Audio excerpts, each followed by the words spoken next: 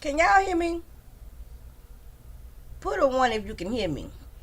So I'm on I don't know if this microphone hooked. Well, I think my old microphone's still hooked up and not my new one.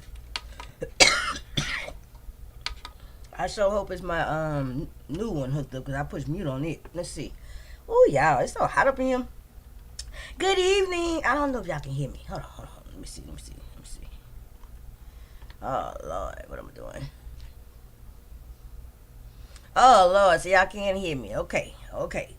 So, with that being understood, that's because this microphone is hooked up. Let me find my new microphone. The one y'all said was micing yesterday, okay? Hey, V. Ooh, not hey, V. Hey, Vivas. Ooh, baby, that Vivas is giving me a hard time with this tooth situation. Let me cut my phone down. All right. Good evening and welcome back to the Lit Lane Jury Box, you guys. I am demetralitALLday, your host. And guess what? We are back for another installment of Trial Watch with Demetra. Let me welcome my jurors. Hello, Daniel. Hello, Jill's Comfort Zone member. Hello, Winter POP Hold Me Down moderator. Hello, Lady T member. Hello, B Vivas. Hello, yeah. Good evening, you guys. Y'all came in quick and I appreciate that, right? Let me do a couple of things here. I have not been on this streaming software in a minute. I've been using my free time on StreamYard, and I want to use this stay consistent. Let me see. Okay, so I'll play with it later, what have you. I wanted to try to have a chat on the screen. I was gonna see how distracting or not distracting that was. I think it's kind of distracting. Let's see. We're gonna see. I'll probably end up taking it off like I always do doing these, but for right now, I'll put it up here kind of small, right? So tonight on the LEILANI Simon trial, I hate to say spoiler alert because it's not a movie. This is real life, right? The trial that we're currently watching is the Georgia versus LEILANI Simon, a very tragic story that happened there in Savannah, Georgia, in 2022. Hey, foot soldier. In 2022, the defendant, LEILANI Simon, that's her right there with the tear in her eye. Georgia was alleging that she unalived her baby, 20-month-old Quentin Simon. Okay? Manner unknown. However, she did report him missing. His body was found a month later, 32 days to be exact, in a local landfill. Hey, Indigo. Very, very tragic. Now, this trial was going on in real time when I started it. The trial has ended. I don't think it's a big surprise that she was found guilty. Okay? But we're going to continue on, and what I'm going to do is I'm going to give like all the main, we're going because we invested here, right? We invested. So, you got to research it, or you already had. I got if you guys are new to the trial, I have a playlist, and on the playlist you're going to see the timeline of events where it breaks down exactly everything that happened.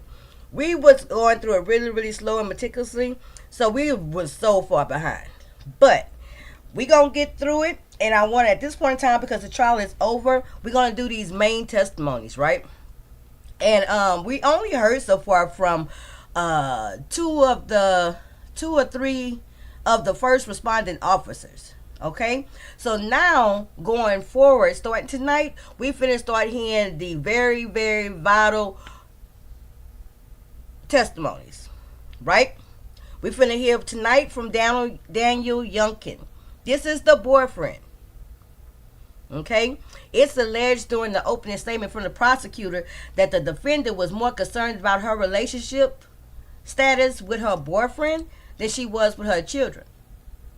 Okay? And they even played during the opening statements, they even played a suicide video that she made where she kind of acknowledged her kids a little bit. But she really was talking to him and wanting his attention. She had 3 kids by 3 different guys. The last baby, the baby girl, not the victim in this case, was for her boyfriend Daniel Youngkin. Okay, so that's who we're gonna hear from tonight. What you mean, T Lounge? Dang, I didn't take that spoiler alert seriously. Yeah, I kind of figured y'all might know that because this was like a national trial. And at the end of this live, I'm gonna really discuss with you guys some of my ideas that I've been thinking about with this content, and then we gonna, we gonna do this trial, and then we gonna see about implementing some new things. Y'all know this is new content for me, and so I'm kind of feeling my way through it, right? Just feeling my way through it, see what works best, how to best present it, everything. So, we gonna get started here because we got a lot with this testimony. This is the boyfriend who lived in a house, okay, with the defendant, LEILANI Simon. He is not the father of the victim, Quentin. He's the father of their youngest baby. Okay? So, let me get ready to present that to you guys. You know what, you guys? I adjusted my thermostat on my unit, right? I adjusted the thermostat when I was sick. Well, I'm still kind of sick, but when I was really sick, I adjusted the thermostat because I was going back through the chills, hot flashes, chills. You know how I go, right? And I mess with that damn thermostat, which I never ever mess with it. It's always the same. I never have to mess with it. And ever since I did that, now it's like it won't get right. And it's just always hot up in here. So I don't know exactly what happened. Maybe, I don't know. But I'm going to have to call maintenance, which I hate to have to call maintenance, y'all. Let me vent for a second, because I ain't supposed to have all these fish tanks up in here. Okay? And when you're doing something you ain't supposed to do, it make things hard for you, But I'm going to have to just risk it all. The people, when the maintenance come, they're going to think I'm crazy because they're going to be big old sheets and stuff all hanging over big old things. They're going to be like, "Is she really think she hiding something?" Okay, let me do my monetization real quickly. Boom. Boom. Yeah, the boyfriend's testimony is very profound, very prolific. Very prolific is the word they use. So let me close this out. One moment. I'm going to close all my other windows out because that actually helps this window to perform better. Let me open this window back up. And I'm kind of trying to go a little bit slow so the other jurors can get here, but they'll be here shortly. I shared the video. One moment.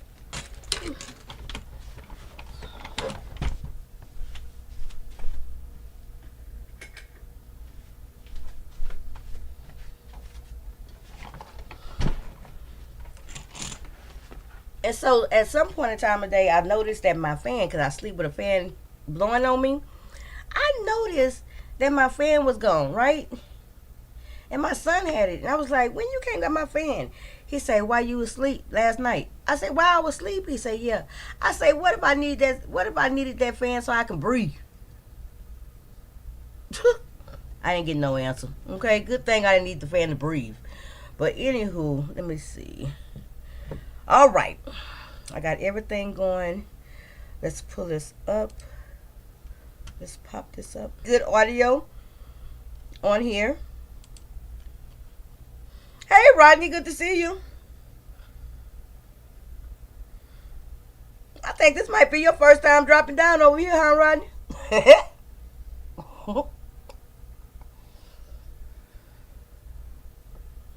You're in jury protection. I don't think you have to be in jury protection, Winter, on this one. I think you only have to go in jury protection, which nobody, you send yourself to jury protection. But I think it works better for you or when it's the law enforcement. Let's see. Okay, so this is it. Y'all please hit the like, of course, and share. Let me see. All right. So this is the state witness, Daniel Youngkin. The boyfriend. Oh, it's not your first time? Okay. The boyfriend of the defendant.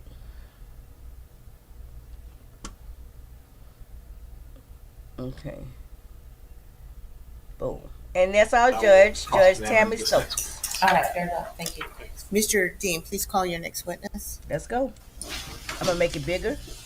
Daniel Youngkin. Okay, let me mute myself real quick.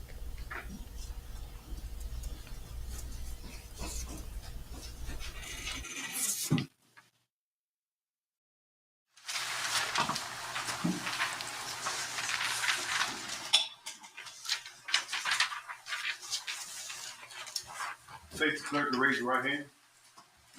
The evidence you shall give the court and jury in the trial of this issue shall be the truth, the whole truth, and nothing but the truth, so help you God. Step this way for me, please.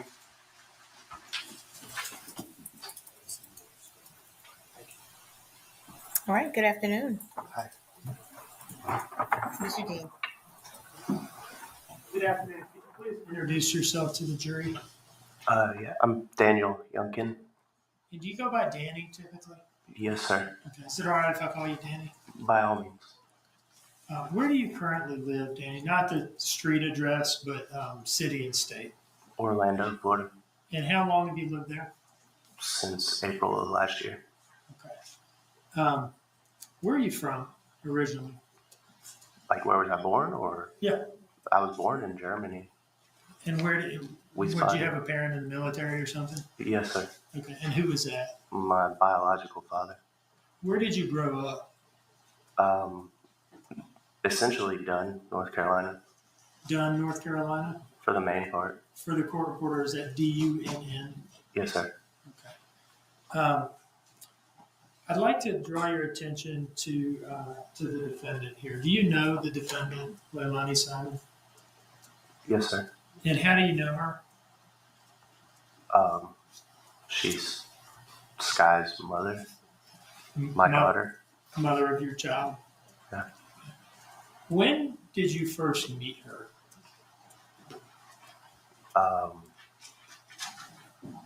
Maybe 2020 or something like that. And how did you first meet her? She drove up to North Carolina from here to see me. Had y'all had some contact, not in person, I guess, before that? Yes, sir. How did y'all first, so you're talking about the first in-person meeting, if I understand you correctly? Yes, sir. Okay. How did y'all know each other before? Some social media network, something like that, like Snapchat or something. Are you saying you had met online? Yeah, Can you tell us what you remember about that? honestly, not much. Just speaking with her over social media and arranging a meeting. Let's go back to that first time you met in person in North Carolina. So she went and Can you drove to see describe him. that for me? Yeah, she drove up in her friend's car to see me in North Carolina, and I was at my job where I was currently working. Where were you working at that point? Love's Travel Stop off of Hodges Chapel Road in Dunn. Okay. So you said she came to see you at work. Yeah, I was trying to get off that day so we could hang out. And did y'all end up hanging out that day? Yeah, she stayed the night with me. Okay. And was that a one night stay at that time or multiple nights or what? I believe at the time it was a one night stay. Okay. And after that, after staying with you for that one night, where did she go? Back down here, I believe. At some point, did she move up there and begin living with you? Yes, sir. Okay. And did she have children at that point? Yes, sir. Did they come up and live with you as well? No, sir. What was your understanding of where they were? Can y'all hear me? With her mother. Okay. Now, where were y'all living when she moved up to North Carolina and started living with you? In my parents' house. Okay. And did she eventually get a job up there? Yes, sir. And where was that? She had two separate jobs that she was working for at different time periods. Okay. Can you tell us what they were? One was at Love's Travel Stop on the gas station side, and the other one was Smithfield's Chicken and Barbecue, where I used to be a manager at. Okay. And I'm not sure I understood you. Was she working those jobs at the Separate same- times. separate times? What was the first one? Mic check one. Love's Travel Stop. Okay. And you mentioned that you worked. I'm not 100% sure on that. Did y'all work there at the same time? Yeah. Okay. So y'all overlapped at Love's? Yes, we worked sometimes, like occasionally worked the same shift on different sizes. So I was working at the Subway there, but normally it'd be different shifts. All right. And you're living in your parents' house with her? Yeah. About how long did that go on for? I don't want to I don't remember, to be 100% honest. Okay. At some point, did the two of y'all move down here to Savannah? Yes, sir. And where did y'all move into? The house on Buckhalter Road. Did y'all ever live in any other residence in Savannah, or was that the first place y'all moved back to? No, that was it. Okay. And who was living there at the time? Her brother Joe was living there, and Thomas and Billy were there, living there, but they weren't there. They were working a lot, so they were on the road. Hey, Nitra. At some point, did Joe move out? Yes, sir. Okay. And at some point, did Paul move in? Yes, sir. Okay. Defendant's brother, Paul Simon? Yes, sir. Okay. Where were y'all living at the time that the defendant gave birth to your child, Sky? Buckhalter. Okay, so y'all were living in Savannah at that time. Yes, sir. What do you remember about the birth of Sky? It was fast and enlightening for me, I guess. Before Sky was born, and you were living in Savannah at the Buckhalter house, were Zane and Quentin living there as well? Yes. Okay. Was that the first time that you met Zane and Quentin when you moved down here? Now that's the defendant's first two sons. Quentin is the middle baby, the victim, Quentin before. the deceased victim. So let's go to the time period where you're living in Savannah in the Buckhalter house with the defendant and the three children, Zane, Quentin, and newborn Sky. What was your relationship like with her two older children, Zane and Quentin? Good. Love.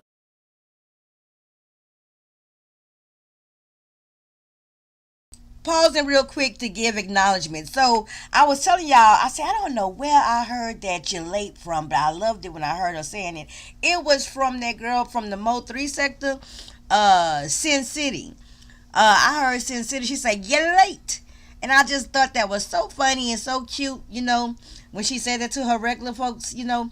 And so that's where I picked that up from. Shout out to Sin City over in the Mo 3 sector.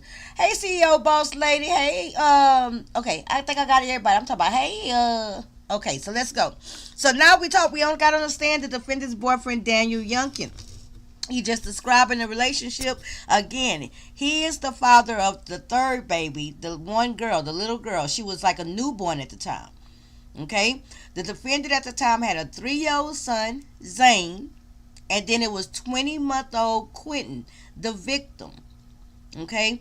And so, just so you guys can know, in the house, it was, and the defendant, another important fact was, the defendant actually did not have custody of the two boys. Her mother had custody of her two boys. Okay? The situation was the defendant, her boyfriend is testifying now, and the new baby, they was living in the defendant's mother's house. Okay? And that's the situation that was going on here. You know, and they actually had just got evicted from, the grandmother had just filed eviction against them. But let's continue. Now we're finna get into their relationship and the dynamics, and listen really close to how this goes. Okay, it's very interesting. And did y'all see my comment when I said I think it's something to be said about when women, and this is something I had to learn about, right? But when women pursue men and don't allow them to pursue them, right? Because one of the things is the prosecutor went on and on to say that at the time that she was worried about that her priorities was this relationship with this man and his intentions and what he had going on, right? And her feeling insecure and things like that. But maybe, I think that insecurity starts at the onset when you're actually pursuing a man and not letting them pursue you. When that tips the balance, the scale wrong. It's almost that insecurity, like, did he really choose me? You don't have that confidence that they chose you, they sought after you, they ran after you. Just a thought. Let's continue. No, like that, Ramon. What do you remember about Zane? Lots of energy, and liked to play a lot, and had a lot to say. Didn't really know how to say a whole lot, but had a lot to say. What do you remember about Quentin? Pretty much the same thing, honestly. And he was a lot more. He was more chill, I guess, than Zane. Zane was more high energy, but Quentin always had a lot he wanted to say and play with his brother a lot. I see, as I've asked you these questions about the children, I noticed that you seem to be smiling a bit. Do you remember them fondly? Yes, sir. Let me ask you about work in Savannah. When you first got down here, about how long did it take before you got a job? I actually transferred from.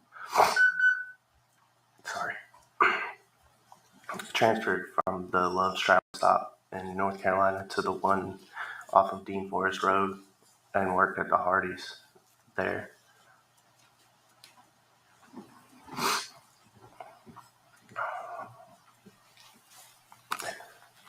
And was the defendant working anywhere in Savannah at that point? He about to make me real sick again.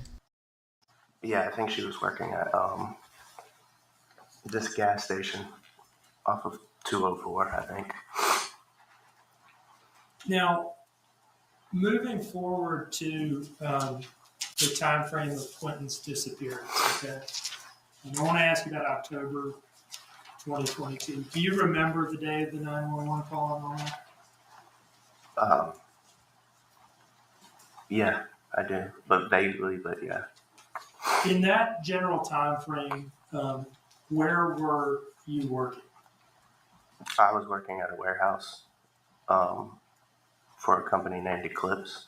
And where was that warehouse located?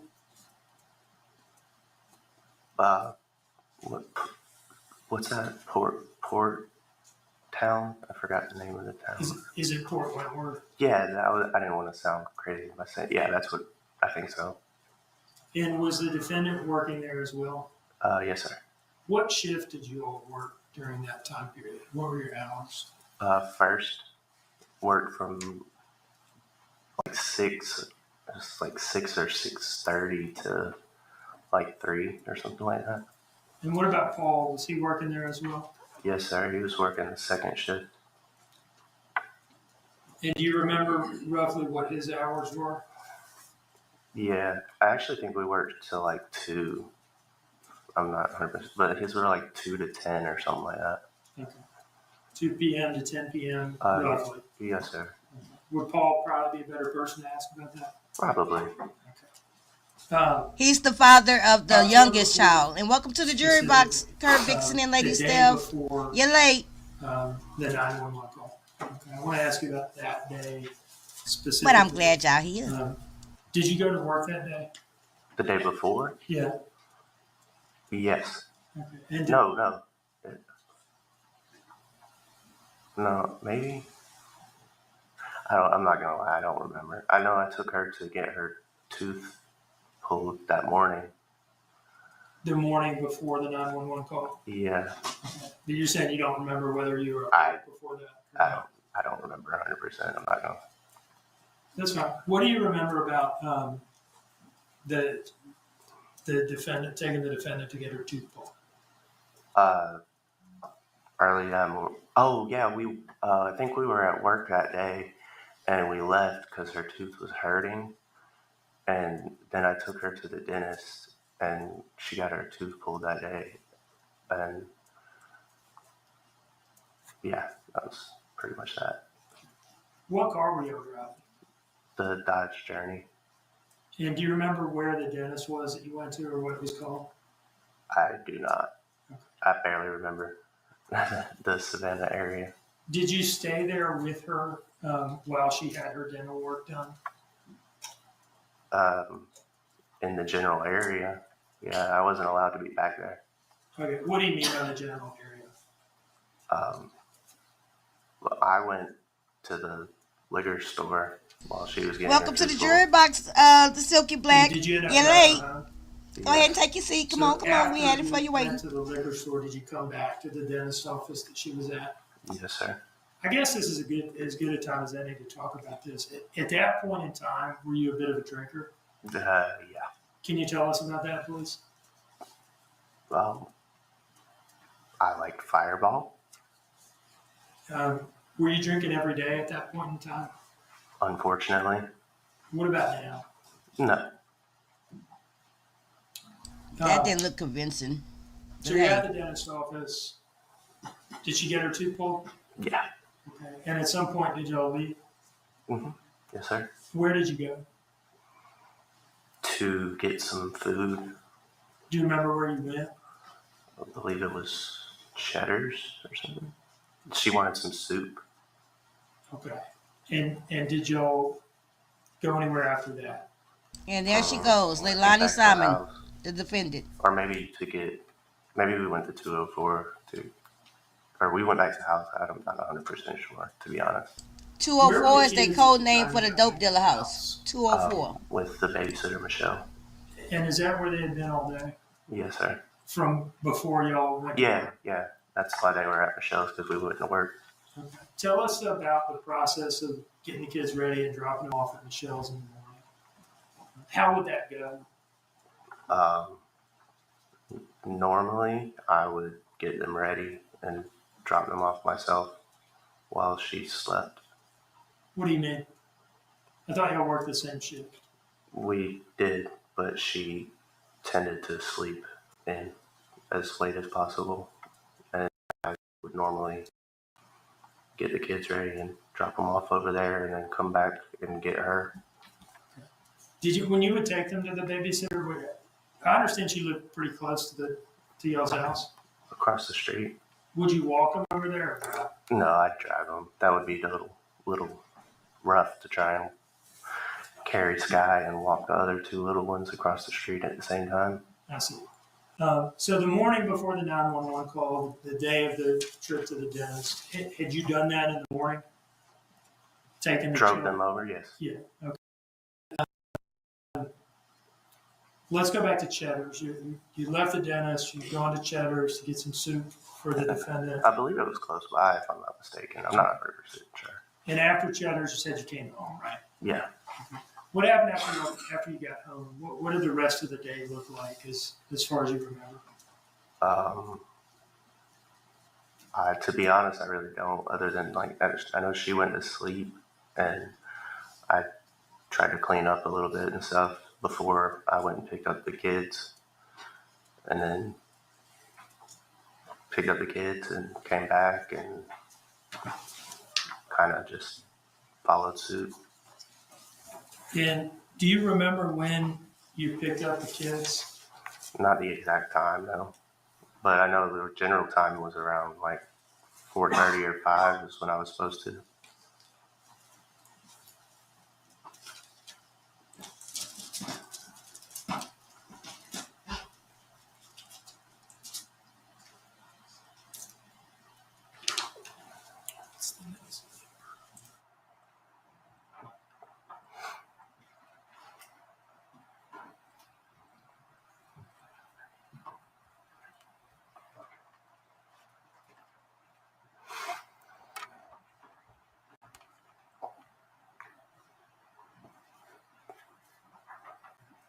I'd like to approach with what I've marked as State's Exhibit 85, Your Honor.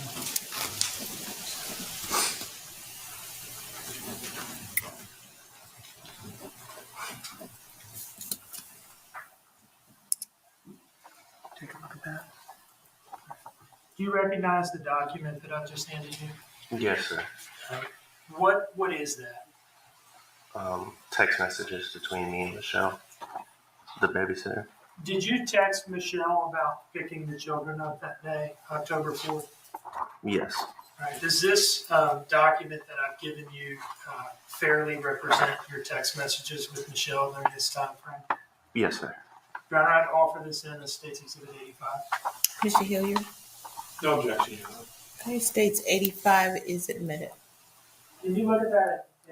And you texted Michelle about when you were going to pick the children up on October 4th.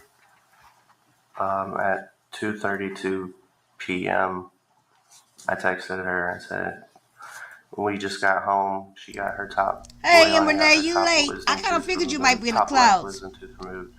I'm gonna try and clean for a while clean for a few while she naps. She's still loopy Oh, you from the noticed that meds. NYW, Is huh? 4:30 still okay? Mm-hmm. And what did Michelle say? Okay, 4:30. And did you end up picking up the children around that time? Around that general time, yeah. But I think it might have been 5 o'clock or something like that, but general time frame, yes. And did you bring them home? Yes. So now we're in kind of the late afternoon. And who's in the house? Me, Leilani, and the Quentin, Sky, and Zane. And was Paul at work during this time frame, as far as you know? Yeah. Did you make any trips away from the house to get a beer or go to Redbox or anything like that? Probably. Okay. And what do you remember about dinner that night? I think I might have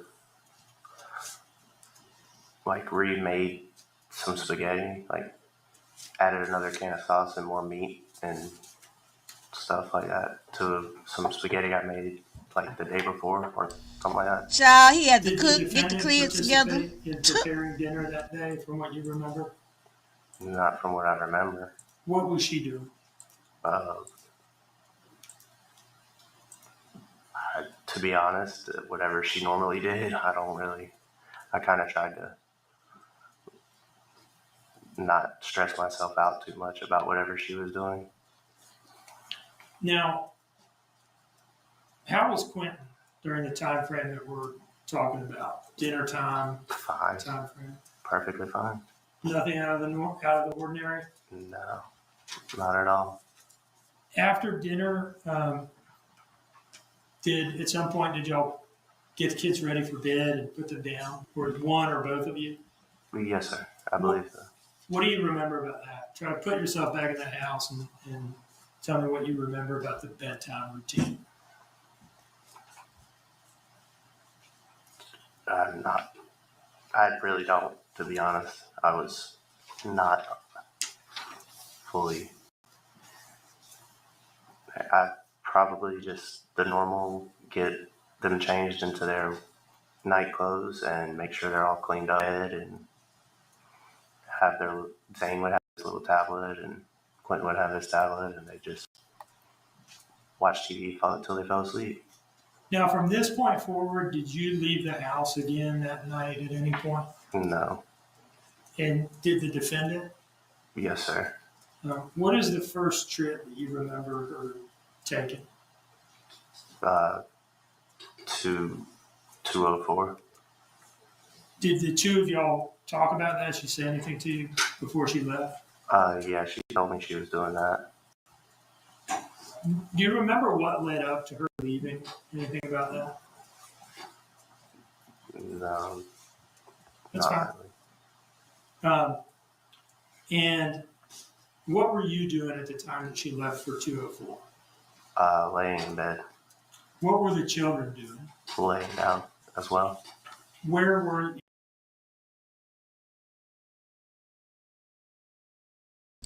Okay, so I want to interject right here. So this is the boyfriend. And so Leilani's 3 children is Zane, who was 3 years old. That's the oldest boy. The second baby was Quentin, 20 months old at the time of this incident where he was unalived. And then the baby girl was like a newborn, 2 or 3 months old, right? And I think even in his tonight may be when you even see that baby on and somebody holding the baby. But anywho, this Daniel, the person who's testifying now, the boyfriend, he's the father of the youngest baby, the little girl.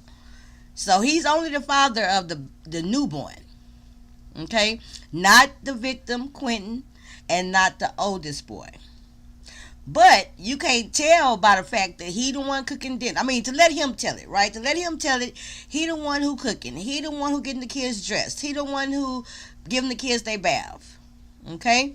So, quite horrible. Very horrible. And that's why, like, not to get on my soapbox at all, but it's almost like now you have to add that in when you're talking to your boys. Like, hey, you don't want to get caught up and don't let no girl put her kids on you, and don't be taking no responsibility for nobody's children and watching them and keeping them and doing all that kind of stuff. You never know what's going to happen. We see stuff on the news all the time where the boyfriends get caught up or in a bad situation with these girls and their kids. I'm just saying. Let's continue. Thank y'all for joining me here on Trial Watch with Demetra. You're now a part of the LEILANI jury box. Let's continue.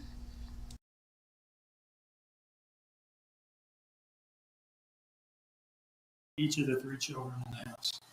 Zane was on his race car bed. Sky was on the couch or in her swing, and Quentin was in his playpen. At the time that the defendant left for 204, was Quentin okay? Yeah. Did anything at all out of the ordinary happen to that point? No. And what happened, what was going on while she was gone on that trip to 204? I think I fell asleep. Anything unusual happened with the children while she was gone? No. Oh, well, I was getting ready to fall asleep, and then Paul came home. Oh, okay. Paul came home at some point while you were, Yeah.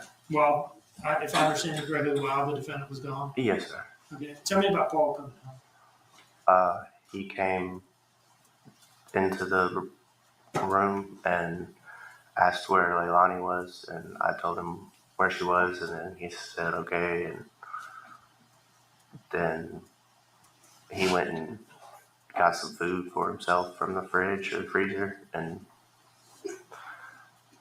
just ate, I guess, and chilled. When you say he came into the room, what do you mean? What room are we talking about? The downstairs. They talking about the house brother who where lived we in the were house residing. too, Paul. The bedroom that the Yeah. 5 of y'all lived in together? You, Leilani, and the 3 children? Yeah, like 2 bedrooms, but yeah, Where were you when Paul came into the room? in the bed And where were the children? on the other side of the room in their beds. Were they okay at that point? Yeah. Do you remember Paul having any interaction with the 3 children when he came in? Not 100%, no, but he might have said something to Zane. Might have said hey to Zane or something. At some point, did Paul go upstairs? I think you mentioned something about him going to eat. Yes, sir. What do you remember about that? I wasn't in there, so I don't really remember. I just know he was in the kitchen for a second, and I couldn't see what he was doing. So. Did you see him again after that? No, I don't think so. Okay. At some point, did he go upstairs and confine himself to his room? I would imagine so, since I stayed in the room in the bed. But yeah, I would say yes. Now, do you remember the defendant getting home from the 204 trip? No, And why is that? I was asleep. What's the next memory you have of that night or morning? Waking up, and she was beside me, and that was that. At the time that you went to sleep, was Quentin okay? Yeah. Had anything at all happened at that point? Not to my knowledge. And let's talk about the night. Do you remember seeing or hearing anything during the night? No, I don't. Paul is Do the you remember defendant's waking brother. up to He anything lived there as unusual well. or anything like that? Y'all remember, it's the defendant's mother house. Had you had anything to drink that night? I would imagine so, Okay, Why do you mother. say that? because that was my daily routine. What was your daily routine like in terms of drinking? I know you said earlier, I asked you to kind of talk about your drinking. You said you like Fireball, but a Like, little more specifically, what would you drink on a daily basis? probably over the course of the day, probably like four or five shots of Fireball and like 3 or 4 25-ounce beers. And how much of that was after work in the afternoon and evening? A majority. So let's go to you waking up. Did you wake up naturally, or did you wake up in response to an alarm, or what? But yeah, I think my alarm on my phone went off. And where did you have your phone that night? Maybe it was under my pillow. I don't know. Why would it have been under your pillow? She had a tendency of going through my things. What do you mean? Just she would, without my knowledge, take my devices and go through them, and I felt it was invasive. Why was she doing that? She had this idea that I was wronging her. How were things between the two of you at this time? There wasn't much there. I was there for Sky.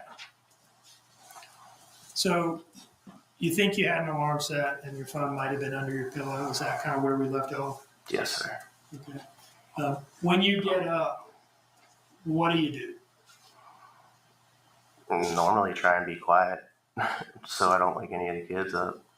And I tried to wake her up, but she was. Welcome to the LEILANI jury box, Candy. You're late. Normally, if I Take do a that, seat. I'd either Glad get to yelled see at you. or something like that. So I would just, I said, "Hey, are you going to work today?"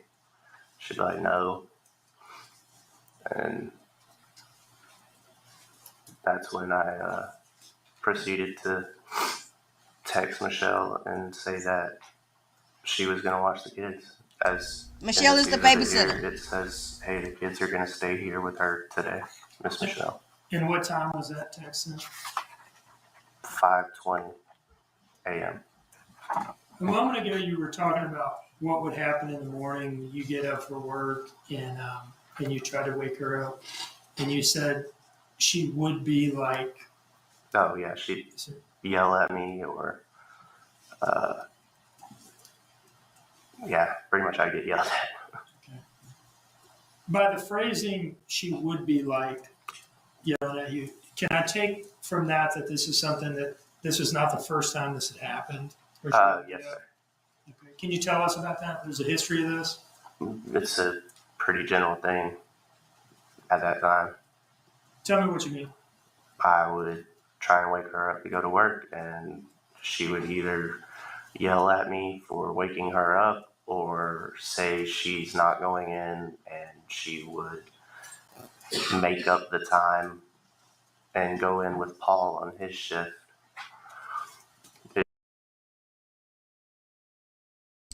Okay, so I want to come in right here to say, damn, it was on the tip of my tongue what I wanted to say. Damn, I paused it right here because, oh Lord, never mind.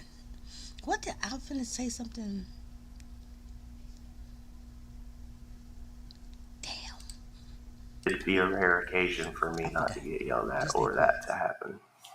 Why was it during that time frame that you were able to get up and go to work as scheduled, and she would have these difficulties with that? What was going on?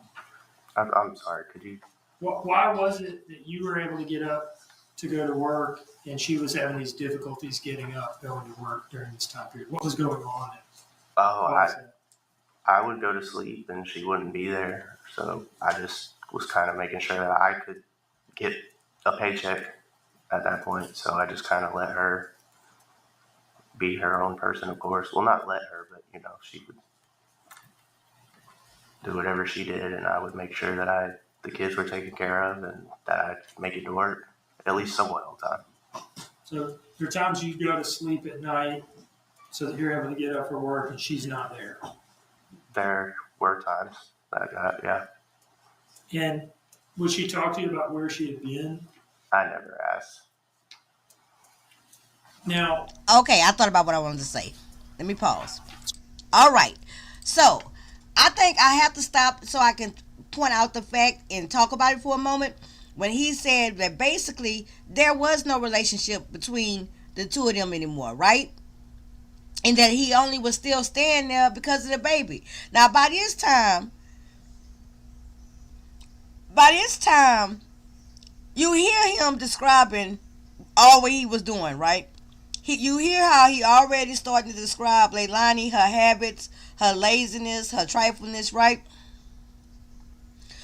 It makes sense to me when he say, look here, I see you don't take care of these other two kids. I see what your habits is.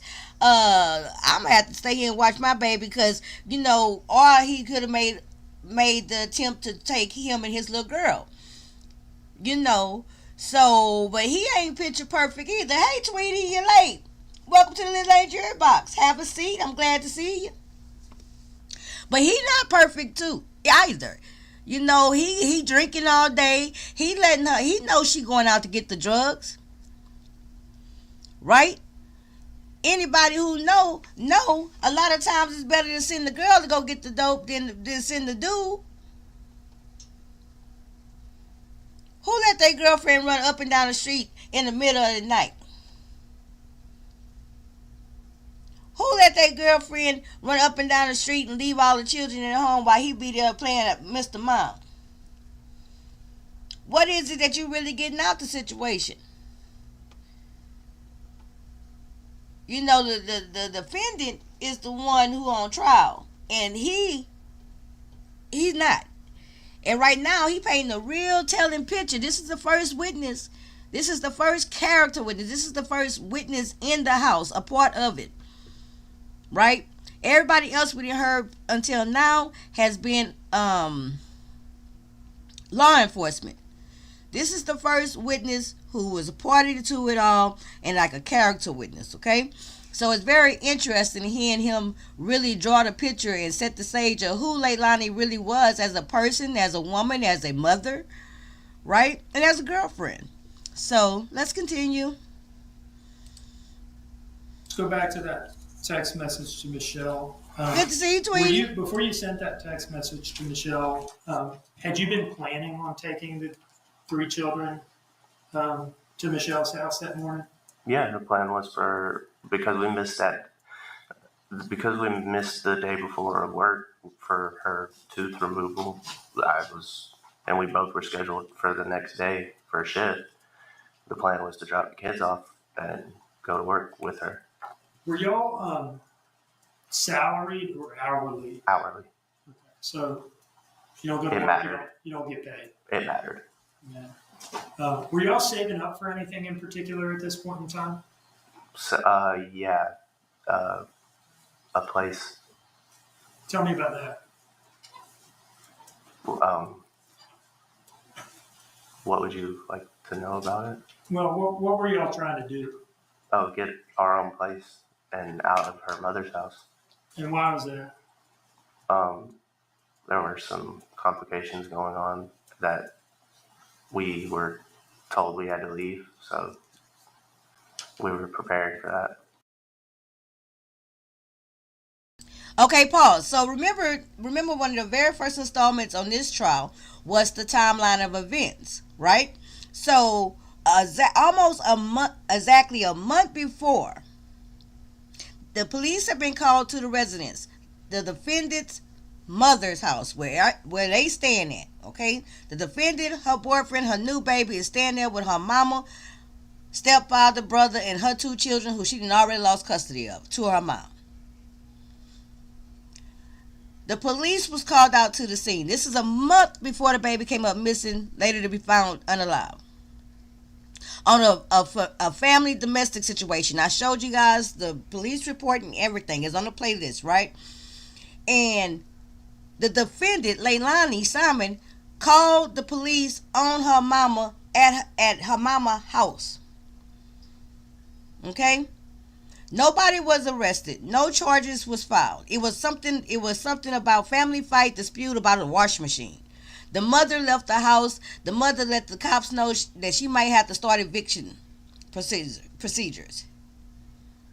The next day, after that domestic disturbance call at the house, the mother went to the local magistrate and filed eviction papers on her daughter, the defendant, LEILANI Simon, and the witness now testifying, the boyfriend. A month before.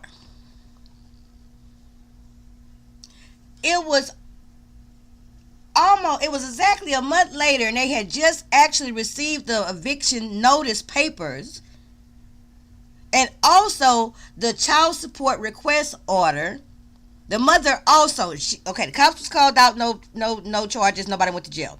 The next day, the grandmother, she files the eviction notice, and she also in the same week files for child support for the 2 children that she had custody of. Through everything, taking the time that it takes to work through the system and everything, work the process out, LEILANI was getting all this information a few days and up until the day when the baby came up missing. All this stuff was happening at one time. And the reason why he not just saying it like that and they're not talking in depth about that is because they had kept that out of the court trial. So that's why they didn't show the eviction notice, and that's why they're not really going into depth about those things. But those things had happened. Okay, I just thought, I wanted to remind you guys about that. NYW say he was the one. Okay, no, I read that part. Lady Steph say one of the complications is 2 adults and 3 kids staying at the mom's house. Well, yeah. It's always going to be problems when you got grown people stand up in grown people's house. When has that ever been known to work? Right?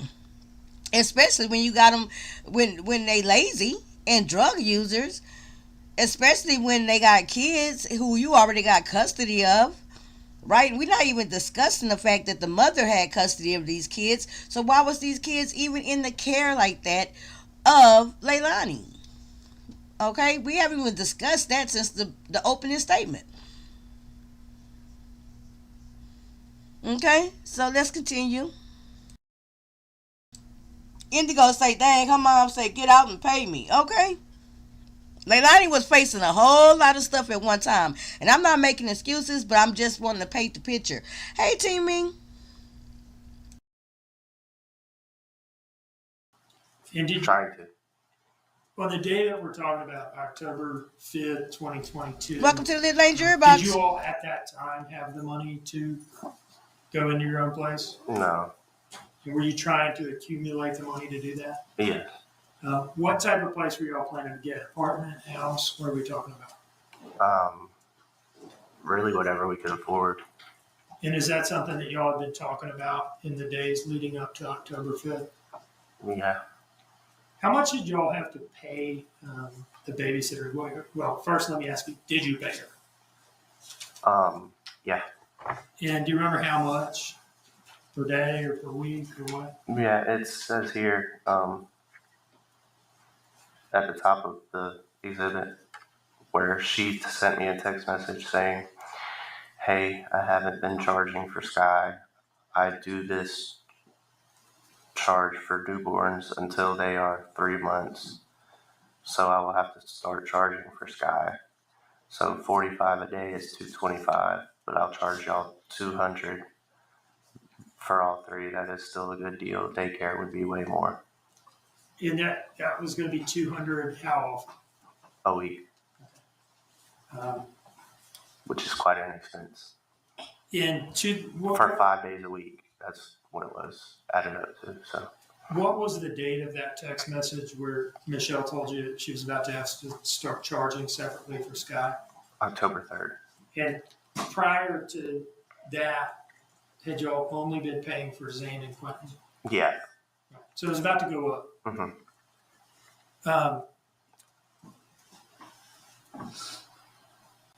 So when she wouldn't wake up on the morning of October 5th, were you frustrated by that? At that point, I just kind of blocked everything out and just made sure I made it work. How did you get to work? I drove the vehicle that her mother had bought for her, Which vehicle was that? the Dodge Journey. Did you notice anything out of the ordinary in the vehicle when you got in it? No, If there were fireball and curved bottles in that vehicle at the time that police searched it, is it possible that those are attributable to you? yeah, quite likely. Did you sometimes drink in the car? Yes, sir. Okay. Would that be like while you were driving or when you were on break? Or Unfortunately, what do you remember about driving to work? Anything out of the ordinary? no, nothing out of the ordinary. Just trying to get there. Getting out of the house that morning, when you left the house and got in the car, did you have any idea that Quentin was gone? No, Did you turn the lights on in that room before you left? no, sir. I did not. Why not? I didn't want to wake any of them. Did you believe that there were 3 sleeping children in that room when you woke up? I did believe that. Is it fair to say that you were kind of trying to sneak out without disturbing them? Yeah, because if I wake them up, then it's a whole thing. Did you look in Quentin's pack and play before you left? No, I didn't. You okay? Yeah. At some point during the investigation, was there a period of time where you told the police that you had seen him that morning? Yes, sir. Were you sure about that at the time you said it? No. And are you sure now that you didn't see him? I didn't look. I noticed that you seemed, I asked you if you looked, and it seemed like you got a little emotional in response to that question. What is it about that question in particular that makes you upset? Just, I wish I looked. That's got No, to I be don't know. It would've so made it- tough. I don't. Just wish I looked. Anything out of the ordinary from your perspective when you're leaving the house that morning? No, sir. Anything out of the ordinary in terms of the drive to work? No, sir. Anything out of the ordinary in terms of arriving at work? No. And when you left the house to go to work, which door did you go out of? The back door by the pool. Is that the one where you have to walk out through the bathroom? Mm-hmm. Yes, sir. I'm sorry. I apologize. Now, did you work a full shift that day? No, I didn't. Why not? I received a phone call from LEILANI saying that Quentin was missing Where were you when you got that phone call? in the back of a truck, loading it. Because my job was to load 18-wheelers by hand. So you're in a truck loading boxes and you get this call. Yes, sir. And what is your best recollection of what she said to you on that call? Have you seen, or Quentin's not here? I'm pretty sure it just began with, where's Quentin? Where's my baby? Quentin's not here. How long was that phone call, as far as you remember it? From the time she called me to the time I got to Buckhalter. And what were y'all talking about during that time period? She was crying most of the time. I just stayed on the phone with her the whole time. Did she tell you anything about what happened when she woke up? The door was open or something, and Quentin wasn't in his playpen. And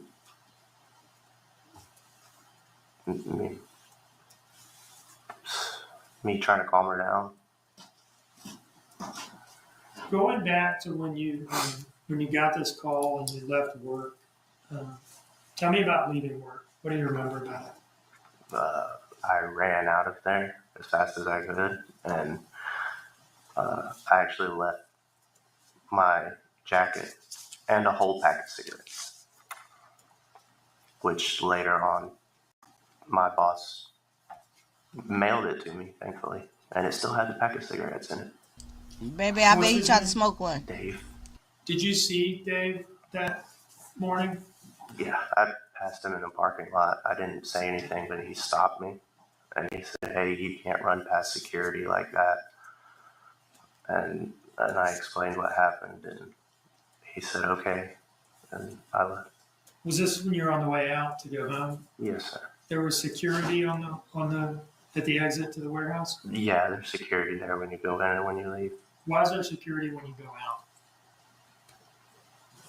I think they just stay there all day for people who come in. Okay. And you're supposed to get checked out by security when you go out? Well, you're supposed to talk with whoever your supervisor is, but I didn't even care to stop. Okay. You just kind of blew by. Yeah.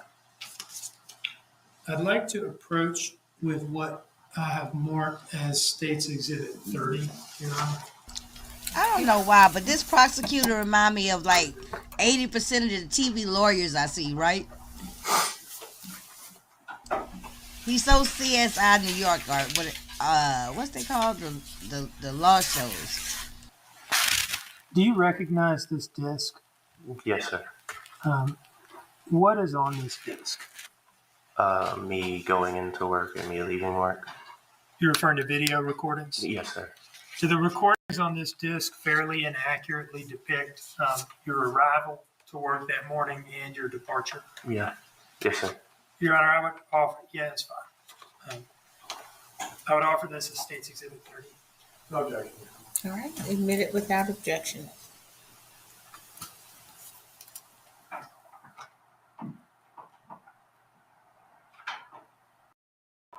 What does that mean he's going to play?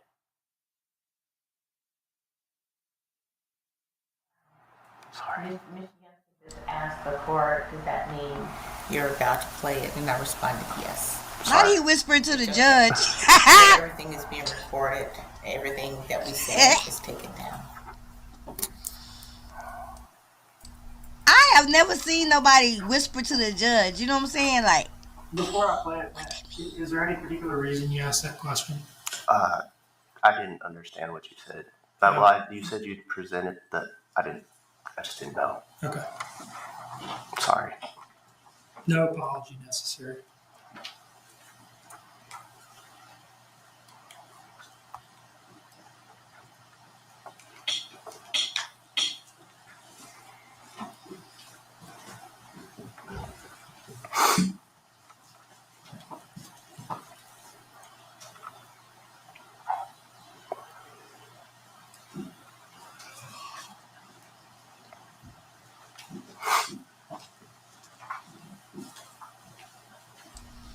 hey, Tracy, thank you, girl. You know, I couldn't think of it. Law and order. That's what I meant. Thank you. And welcome to the LEILANI jury box. Get late.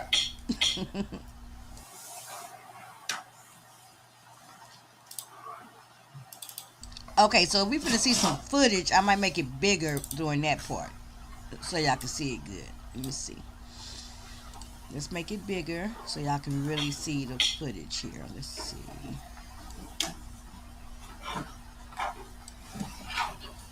Your Honor, I'm now going to publish from State's Exhibit 30 a file with the name IMG_0695. All right, you may proceed. Yeah, he was crying. Yeah, he definitely. Do you like a see fish out of water. yourself, before I play it here, and again, Yeah. I don't know why every video is sideways, but this one is. Do you see yourself in this video? Yes, sir. Where are you? She's so The just bright like orange. aloof. What is that bright orange garment that you have on? My North Face jacket. Okay, Tracy. Okay, I don't know why it's sideways. That's how they played it. Let me go back. is the bright orange thing your North Face jacket, or is that a safety vest? I believe that's my jacket. I believe that's my jacket Okay. because my jacket is bright orange.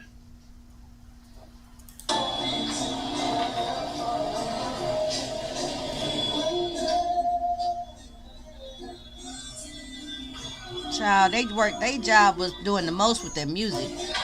They just demonetized my video. So is that you getting to work? Yes, sir. Anything abnormal at that time? No, just looks like I was trying to get there and not be late.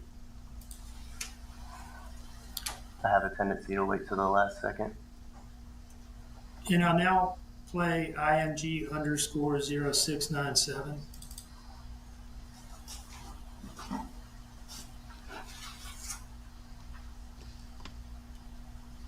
And what do we see in that video?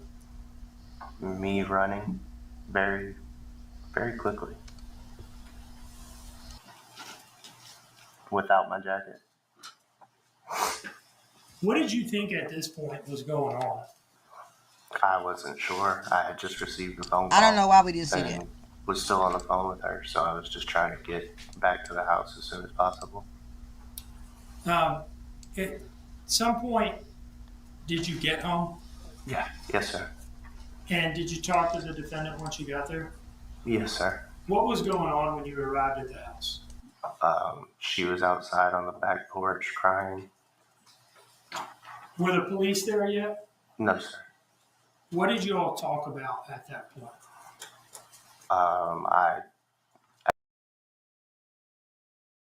I've got to pause right there. Somebody tell me why I'm pausing right here. Do anybody know why I'm pausing right here?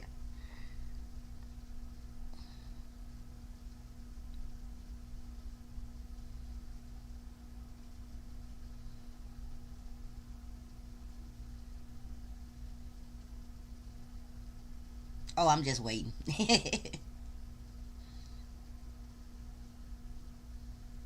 Boom. I know y'all thinking about it, right?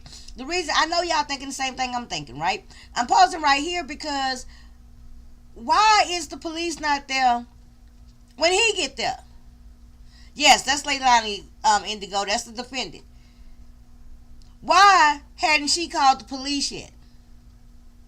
If anyone's in the audience in the jury box right now who wasn't here from the very beginning and may have missed this point, right?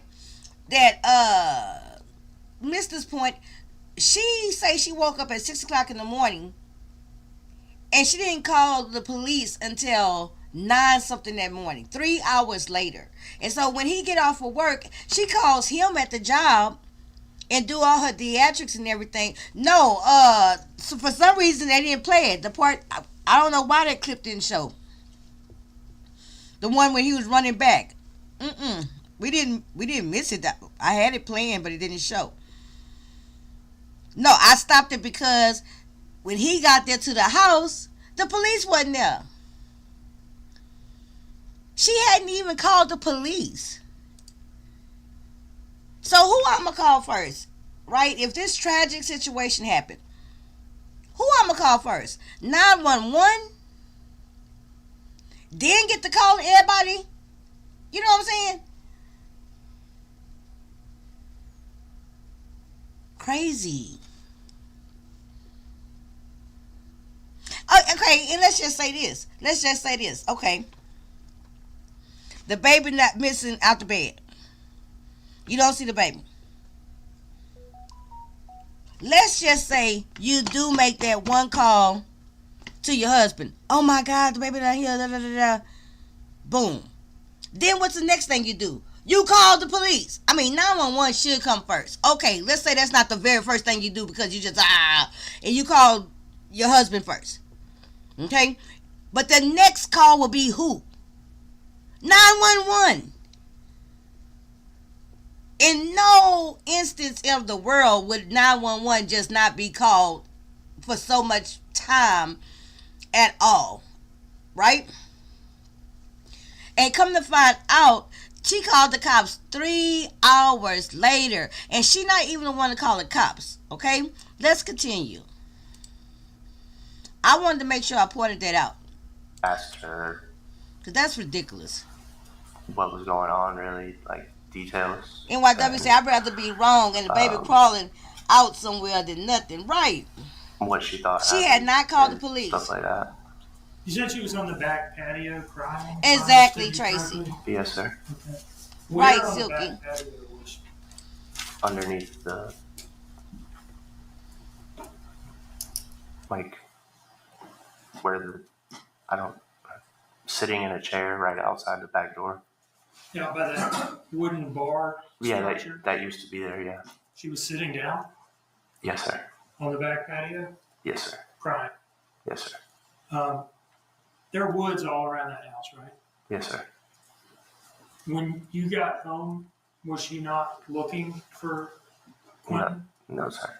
What was she doing in the chair other than crying, if anything? Just crying, saying she didn't know where he was. Had she called the police yet, to your knowledge? No, sir. At some point, were the police called? Yes, sir. And at some point, did Michelle come over there Yes, sir. and her daughter, Talia, or one of her daughters? Yes, sir. Do you know how it was that Michelle knew to come over there? Yes, sir. I called her. When, in relation to your arriving home, did the police finally get called?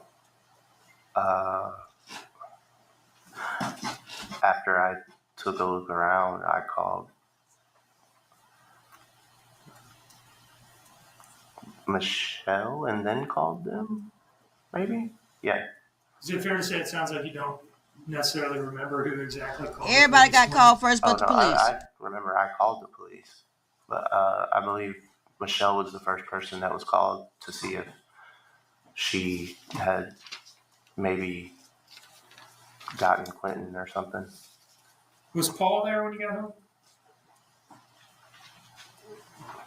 Michelle, the babysitter across the street. Paul, the brother, live in the house. So let's talk about when the police get there. Okay, do you remember talking to some police officers in the driveway? Yes, sir. And the defendant was there, right? Yes, sir. Did she start talking about Quentin's father, Henry Bubba Moss Jr.? Yes, sir. Now, had she been talking to you about him before they arrived, or no? She mentioned him. When did she mention him? Was it when you were on the phone in the car, or after you had gotten home? Or I believe it was when I got back to the house. And what did she say about him that you remember? That he had sent her a message saying that she didn't deserve to have Quentin. Now, when was she saying that she had gotten those messages from him? Maybe I think she said it was 2 weeks ago at that date. Is this morning, the morning of Quentin being gone, was that the first you had heard of those messages? Yes, sir. Okay, so she's talking to you about something that supposedly happened a couple weeks ago. That you're saying she hadn't told you about that until this moment. Correct.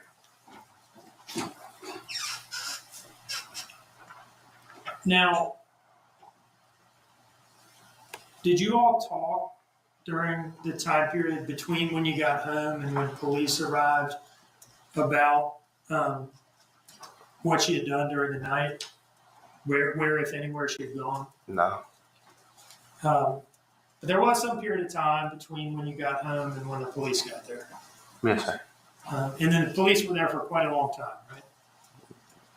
Till we went to the police station, and probably after that. At some point, did you hear her tell a police officer that she had left the house sometime after 1 a.m. To get some Oragel from a friend at a Chevron? Yeah, that's what she told the police officer. Yes, sir. At the time she told that to the police officer, was that the first time you had heard that? Yes, sir.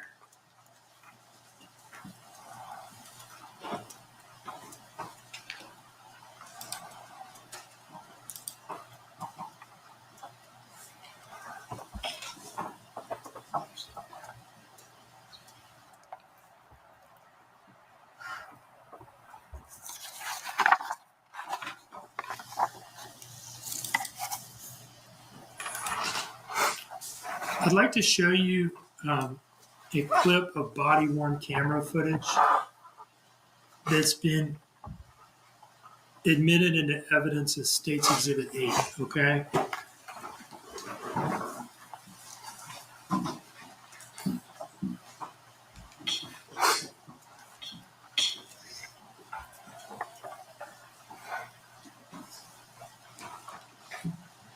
Are you kind of oriented on what we're looking at here? Yes, sir. Okay. Yes, sir. First of all, does this opening frame here depict the patio area where the defendant was sitting down at the time that you got home from work in the first place? Is that where she was sitting when I got home? Well, I mean, does anything in this image show where she was sitting down? Yeah. The far left beside Paul. But Paul wasn't. I don't know where Paul was. She was sitting in the far left chair, the empty one. And you're saying she was alone at that point? Yes. Okay. This is sometime later, correct? Yes, sir. I'd like to play this for you now and ask you some questions about it. Okay.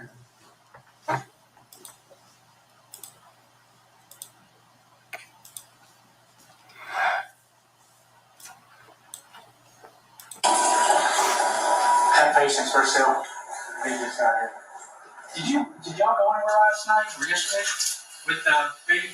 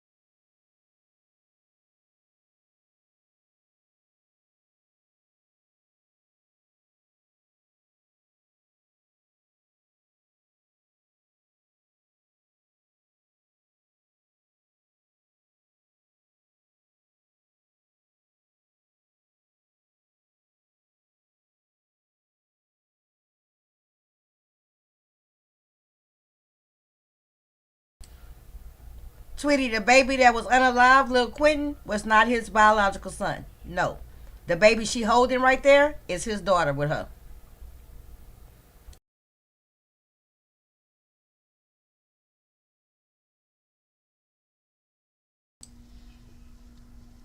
Y'all can't hear the video?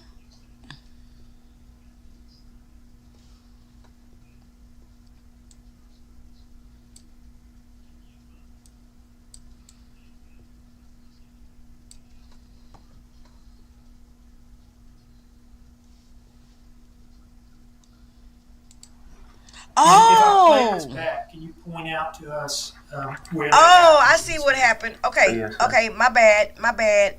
How long that's been? Did that just happen? Did that just happen?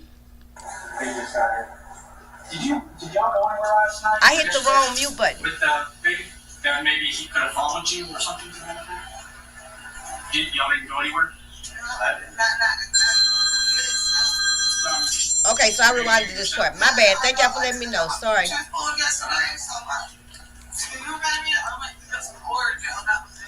o'clock yesterday afternoon? No, like morning, I couldn't go to sleep. Okay, so where'd you go? Right up the road right here, got Chevron. I met my friend that I used to work with. She got ordered out because they didn't have an answer okay when I called. Okay. Did you go anywhere else that you maybe been home? So when did you get home? I can tell you exactly the story on that. Stop the playback at 12:13:19 on the timestamp. Could you hear as you were standing there? First of all, is that you in the orange reflective vest there? Yes, sir. Yes, sir. Could you hear what she was saying to this officer? I mean, obviously the body cam picked it up, but could you hear it standing there? Yes, sir. How were you feeling? What were you thinking as you heard her say this? Well, you can see me tilt my head to the side as if I had no knowledge of what she was referring to? Did it, I mean, how did it strike you? How did this story strike you? What did you think? What the Excuse me. hell? Sorry. Excuse my language. What the heck? It's fine. You had no knowledge of this at the time. Yes, sir.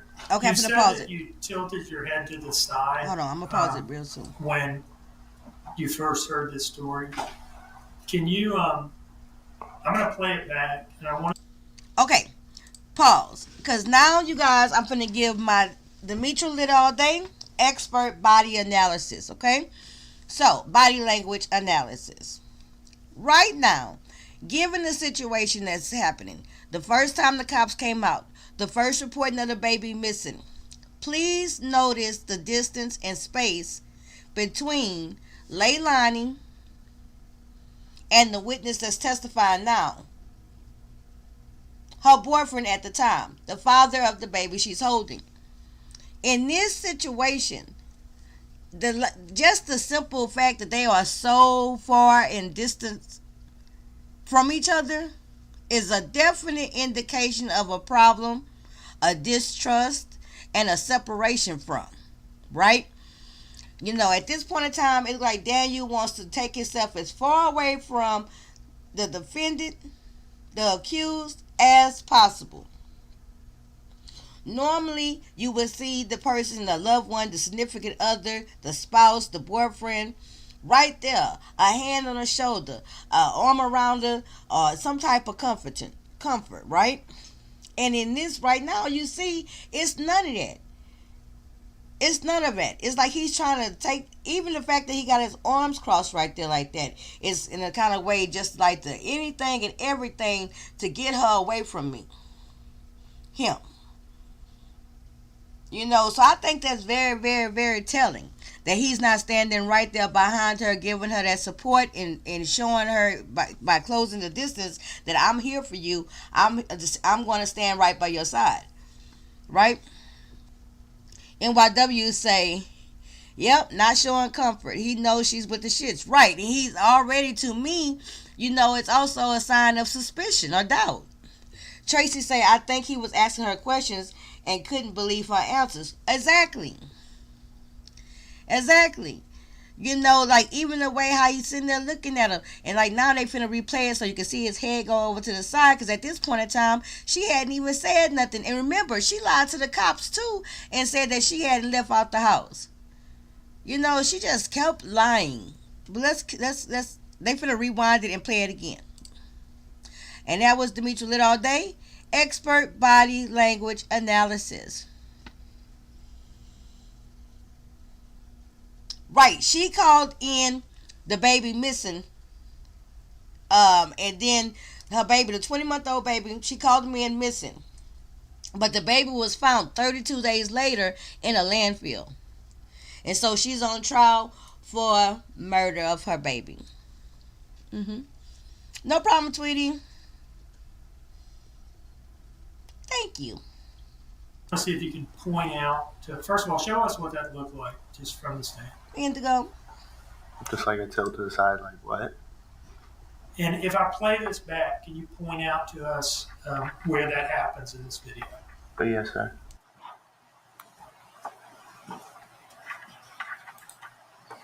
Have patience for sale. They just got here. Did y'all go anywhere last night or yesterday with the baby?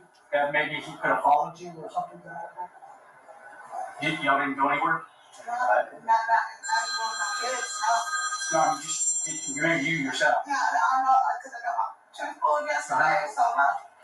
You know about it? I went to pick up some board, you know, that was it. 2 o'clock yesterday afternoon? No, like morning, I said I couldn't go to sleep.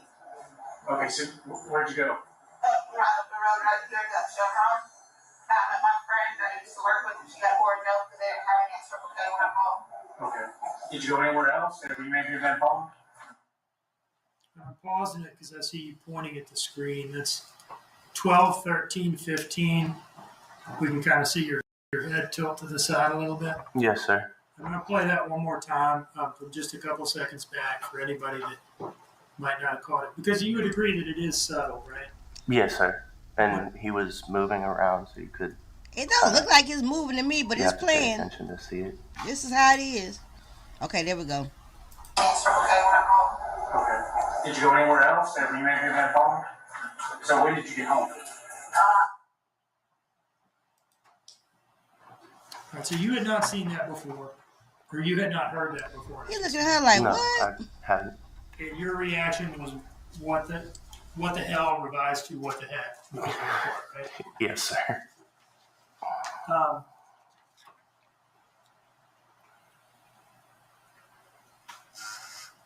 Did you all go to the police station? Yes, sir. And did you cooperate with an interview or perhaps multiple interviews that day? Quite a few. Did the police ask you for consent to search your phone? Yeah. And did you agree to that? By all means. Did that concern you at all? Not one bit. After the police station that day, where did you go? Back to Buckhalter. And a few days later, did you come in to the FBI office in Savannah for a follow-up interview? Yes, sir. Now, between the first day's interviews and those follow-up interviews, had the FBI asked you to do anything in particular as it relates to the defendant? Yes, sir. And what was that? To Let me ask you this. Did the FBI propose to you that they put you up in a hotel room and that they wire that hotel room up for audio and video? yes, sir. And did they tell you why it was that they wanted to do that? Yes, sir. What was it? What was the reason for this? To collect evidence against LEILANI. Did you know at this point what had happened to Quentin? No, sir. I had. I just know what I was told. And did you agree to this monitoring of the hotel room? Yes, sir. Did you have any concerns about doing it? No, none at all. Did you have any concerns about you yourself getting in trouble from something that might be said on that recording by one or the other of you? Not at all. Wait, by me getting no. Did you sign paperwork agreeing to this? Yes, sir. I'd like to approach with what I've marked as State's Exhibit 31 here.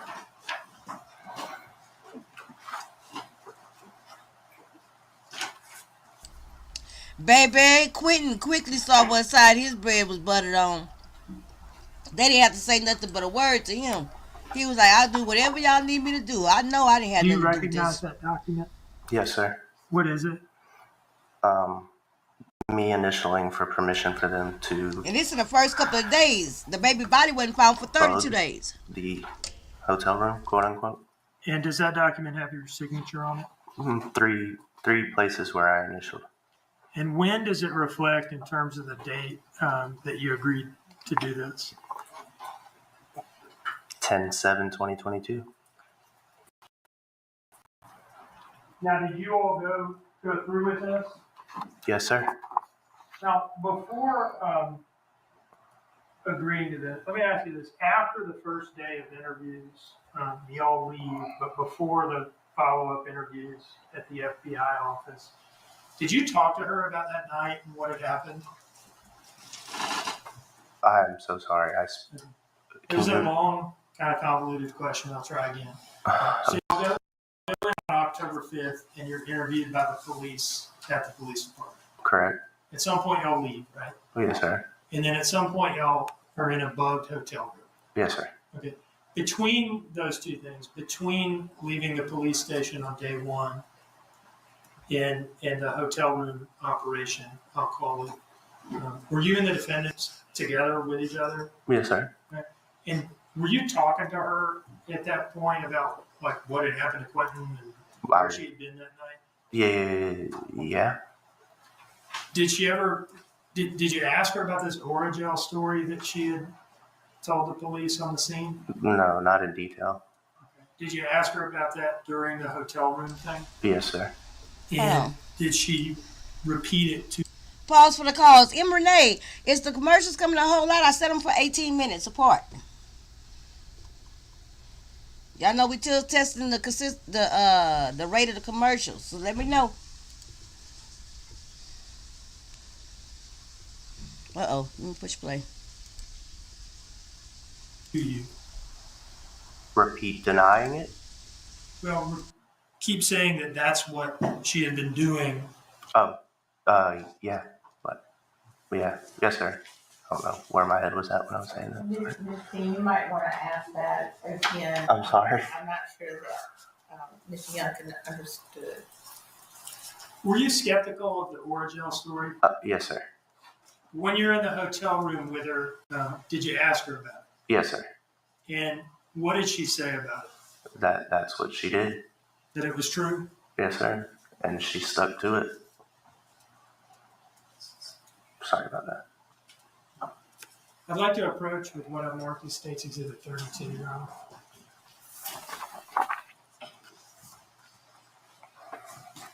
Do you recognize this disc? Yes, sir. And what's on it? The room that we were in? Just a couple selections, right? Yes, sir. Does it fairly and accurately depict some of your interactions in the hotel room with the defendant? Quite well. And I would offer this into evidence as State's Exhibit 32, Your Honor. No objection, Your Honor. State's Exhibit 32 is admitted without objection. And I would introduce 31 at this point, Your Honor, to the consent form. No objection to that as well. All right, very well, it is admitted.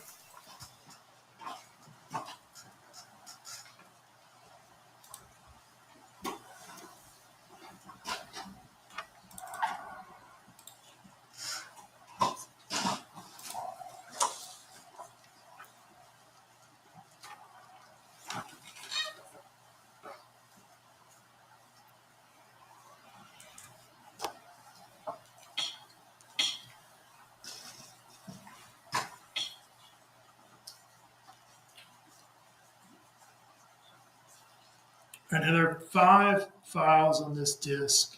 The first 4 are each about a minute long, and then the last one is about 7 minutes long. I'll start with the first one, with the file name beginning 1941.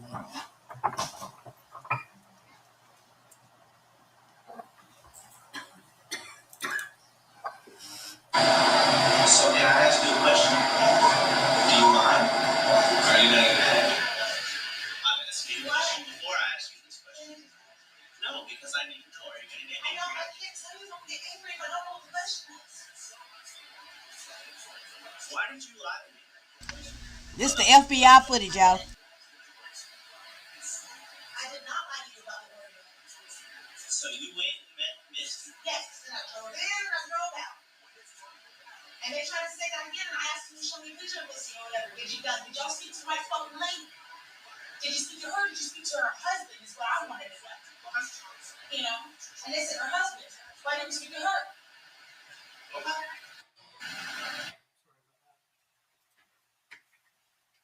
Start that again. I want to stop. Do she sound like somebody who baby missing? Do you mind? Are you gonna get ahead? I'm asking you a question before I ask you this question. No, because I need to know. Are you gonna get angry? I know I can't tell you don't get angry, but I don't know the question. Why did you lie to me? About the order job? I didn't. I did not lie to you about the order job. So you went and met Misty? Yes, and I drove in and I drove out. And they tried to say that again, and I asked them to show me a picture of Missy or whatever. Did y'all speak to my fucking lady? Did you speak to her? Did you speak to her husband? Is what I wanted to know. You know? And they said her husband. But I paused it at 1942:17 on the timestamp. And the timestamp reflects that this was on October 8th of 2022, right? Yes, She sir. real feisty Yes, sir. for a mom Did of you a catch baby there missing. what she said about what police told her about who they had interviewed? She said they interviewed her husband. She's saying police told her that they had only interviewed Misty's husband. Well, yeah. Okay. That's what she told you, at least. Yes, sir. And I'll pick up the playback again. No,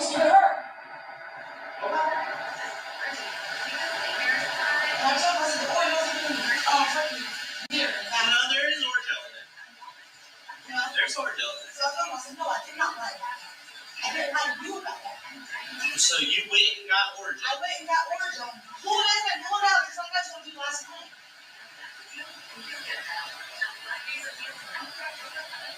And then they question you again about that? Yeah. That's the only thing else.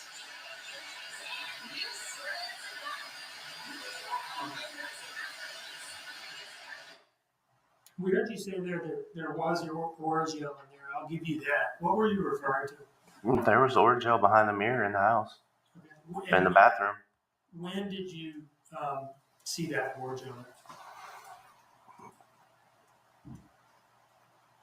The day, the 5th, I believe. Okay, so like after, was it after you all had been at the police station?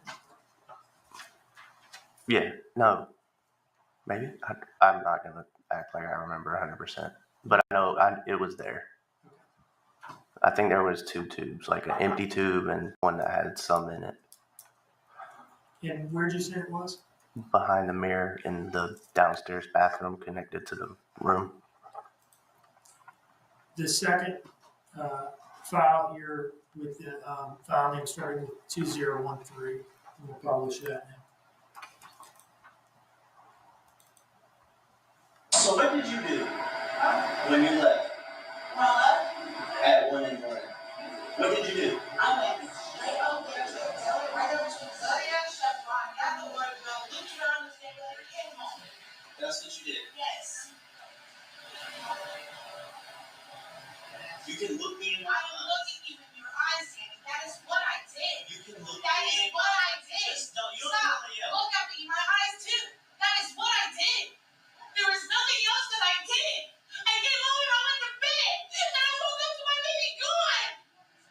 Do you understand me? So you didn't do anything else? No, nothing else at all. I was gone for 12 minutes. And who did you meet? Misty. You met Misty? Yes.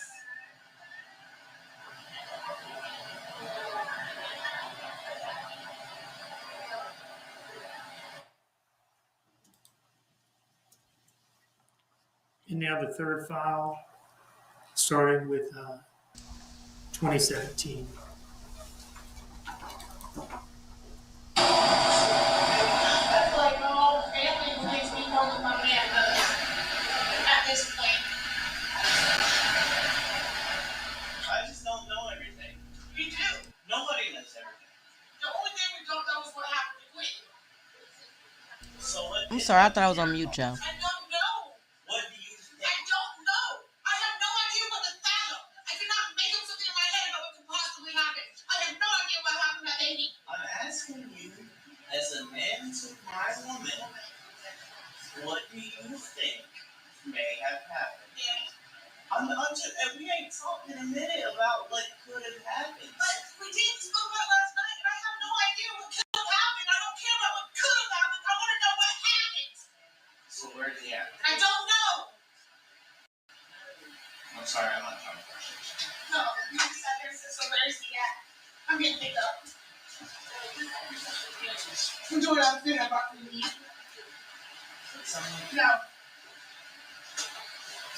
If the only person I'm sitting here wanting the love and support from that I thought would be on my side 100% is on the fucking FBI side. Baby, she don't know how right she was. And the fourth file, Okay. file name beginning She hit that nail on the 2025. head.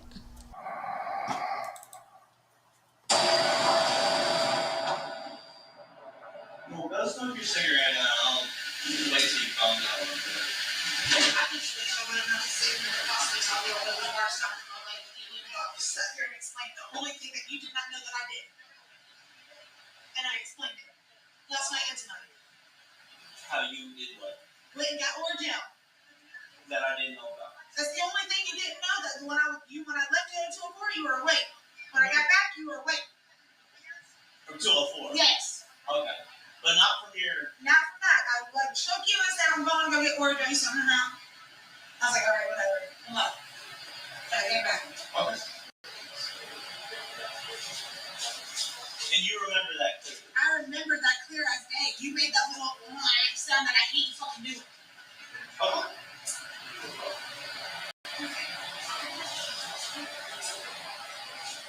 Okay.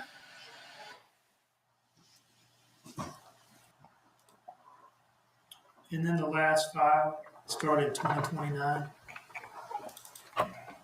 You see how possibly saying that? What, because I just need support? That I'm asking for your love and support and not your questions and doubt? I'm asking you questions so I can understand. But how many times do you have to ask me the same question about the same time, just like the fucking FBI does? Okay, so it's just like the FBI, but you don't talk to me. Yes, I have. I just sat here and explained to you.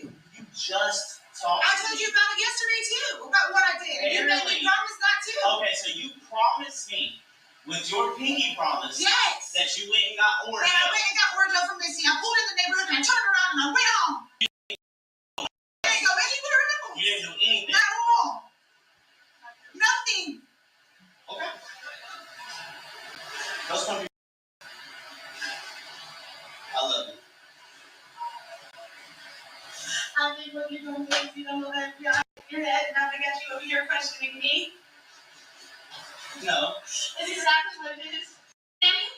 No. This is one of the hardest times of my life and I did not need you to question me. I need your love and affection and support and somebody sitting there telling me that we're going to find them, that it's going to be okay, that they're going to do their job. We're going to find them. We're going to find Clinton. They are going to find Clinton. They're going to find Clinton. I hope we do. I do too. I really do. And they told me that they still didn't have any leads. They told you they didn't have none? No. What did they tell you? That they didn't have anything they could tell me. And it's aggravating. It's frustrating as hell. Yes, it is. Yes, it is. Yes, it is. This is so hard to watch. Twice as hard? Nah, baby. I'm the only other person in that house other than Paul. You don't think I got interrogated like a goddamn fucking... Bro, you know that. It's funny to you? Oh, it's funny because you think that I'm sitting here not in the same position as like you think that the shit is a game to me, but I don't. You. Woo, boy. My life. You want somebody to pick you up? That's what you're doing? Alright? That's all you do. I wanted to come in here and I wanted to lay down. I wanted you to chill. I wanted to be comforted. I wanted to be sat there and told that we're going to do our best and that we're going to do what we got to do. We are. I did not want to sit here and be questioned the second time in a row by you about 1 o'clock. The second night.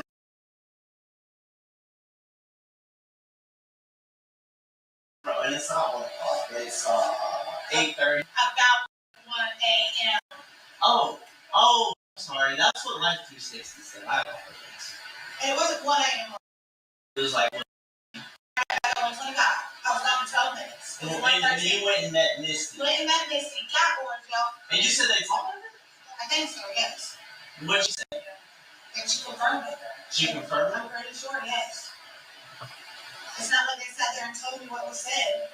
Oh, but they said that they spoke to Misty and they didn't question me no more about the Oreo. Oh, okay. I did tell, because there was Oreo in that cabinet. Yeah. But I'm not lying to you. So I need you to come back over here. Like to me.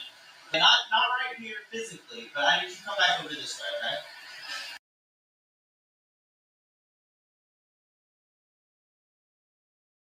okay? You know?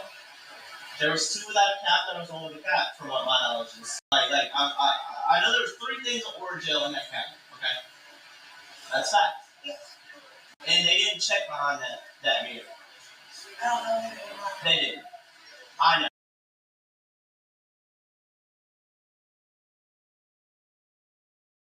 But it was there. And it is, if you didn't grab it, why didn't you grab it? Because my mom wasn't hurting no more. I got the toothpick out that's filled up at the side now. So after that night, you didn't need it anymore? No, not besides the Why didn't you grab the hand salt? Because when I was trying that, it wasn't working. It was making me gag. With the Q-tip? When I was trying to put it in right there, it was making me gag going down the back of my throat. Okay. Alright, well, you take your second, I'll talk in a second. Right? Look, you saying go back to the FBI and put your own ass in, you didn't say you're trying to put your own ass. No, I have no intention of that. I just need a. I'll just smoke a cigarette with you. It don't matter. I mean, just give me a second, I'll meet you down there, because I'm just. I don't know what my baby is. And I want people like you and that guy to stop coming at me like I did something to your own child.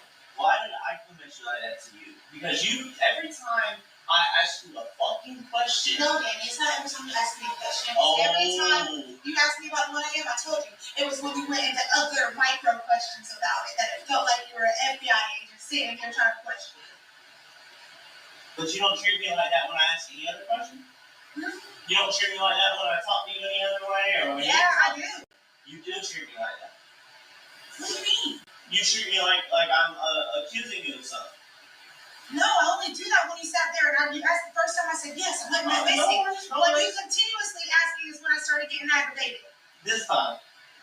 Huh? This time. Yeah, I am last night when you continuously asked. This time. This time. They did exactly what we wanted to do. Tore us apart. No, they didn't. No, they didn't. No, they didn't. Very beginning, you didn't admit it. Every tore us apart because the way you're treating me proves it.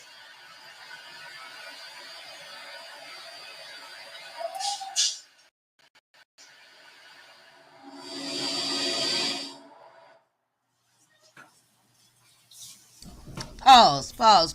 That was a lot. I really like you asking about the origin. Pause. Okay, that was so much. And I see that y'all was like into it, right? Oh, Lady Steph, this was like so good. You might have to rewind it, girl.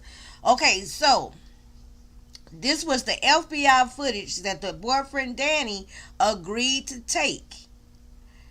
He had already agreed to work with the FBI very, very, very early on, before they even knew what happened with the baby, right?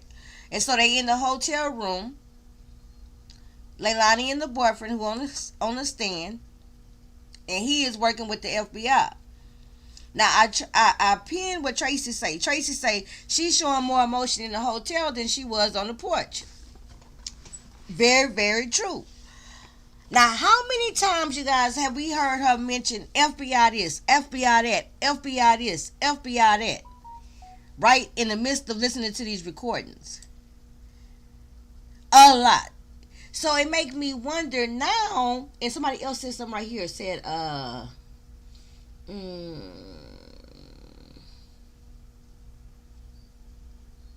NYW say, Tracy, that's because all that matters is the eyes of her man. Right. You would think that, and that's definitely probably one part, but how much of it, and I just had this thought, right? I just recognized this. With her saying FBI, how much, because she have a guilty conscience, right? Assumably. Because she's still just being charged, right? Alleged. But how much of it is her performance right now? Because she don't trust Danny. Because she may have some type of indication or have some type of foreboding that Danny is working with the FBI. She mentions it a million times. FBI. And she's putting on this major freaking performance, right? The theatrics of it all. that we haven't seen her. She wasn't putting on these theatrics on the porch when she called the baby in. She's not being even highly emotional now in the court, and she on trial for her freedom for the rest of her life. Her baby is deceased and gone.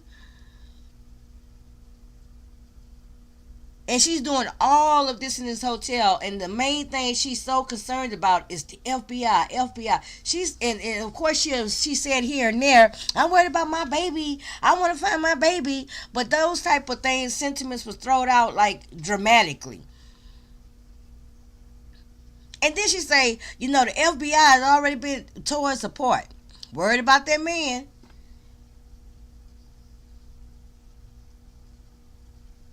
This was so hard to watch. And it's so telling that he worked with the FBI so quickly. And that let you know already that, hey, we're going to see in the interrogation when we see it. I don't even know if he knew this or not. I have to wait to watch it with y'all. But I wonder if the FBI showed him. It's going to be interesting. I wonder if the FBI showed Danny clips from her interrogation where she was trying to blame it on him for a half a second. She's testing him to see if he slipped. Right. And she's putting on a hell of a performance just in case. I see a lot of manipulation, a lot of connivingness, and of course, I'm of the mentality that she's guilty. This America where everybody get innocent until proven guilty. But in my mind, I think she's guilty. And we watching the trial now after it's concluded. She was found guilty. But that's neither here nor there. At this point in time, it's just really telling to me how many times she mentioned the FBI. So let's continue. We almost done with the state. No, Oh sorry, shoot! I hit the wrong thing. Let Now, me see. Did I mess this sometime up? after this, Okay. did you agree also to have your telephone communications monitored? Yes, sir, I did. And Also in 31, say again? it's I know one more point to make. One more point. no, it's not. Okay, I forgot to say this. Remember when we was watching it, if you guys who was here for that night's part 2, when we were seeing the CSI photos, or maybe part 1, the CSI photos in the house about this Oragel, we saw a picture that the crime scene people took of the mouth medicine in the cabinet, visible, open. And so that might have been one of the first indicators too to the FBI, like, hey, something not right here. And she had also said she hadn't left the house, and they found her license plate. The only reason why they knew she left the house that night, because she lied about it, is because one of the red light cameras had scanned her license plate. So the cops was finding her in lies from day one, from jump. And then she hadn't called the police for 3 hours from when she say she saw the baby missing. It was all types of red flags. Let's continue. I'm sorry. I thought it was on this document, a separate document. But yes, sir, I did agree to have my phone monitored. I'd like to approach with what I marked at Stacy's in a 33-year-old.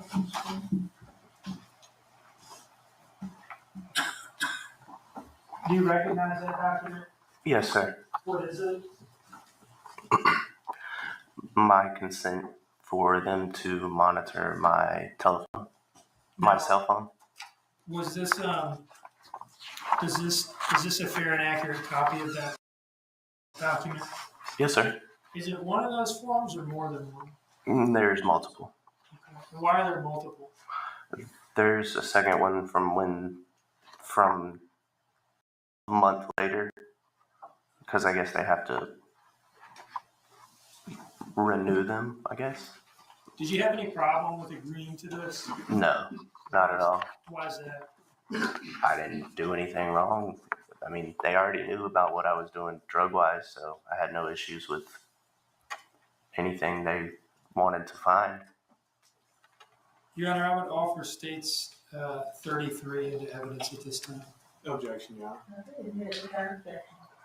Right, the one on the front, is that the first one? Yes, sir. And when does that show that that document was signed? The 9th of October. And then what about the second one? The 8th of November. Okay, so the first one's on the 9th, and then you renewed it again a month later? Yes, sir. And I still, even past this, there was contact between me and them so they could monitor. So there was more than just that? Yeah. Now, did they explain to you what of your phone communications were going to be monitored, whether it was just your All of them. contact with the defendant or all of them? Well, it says the purpose of viewing, listening to, and or recording any activity I may have with LEILANI.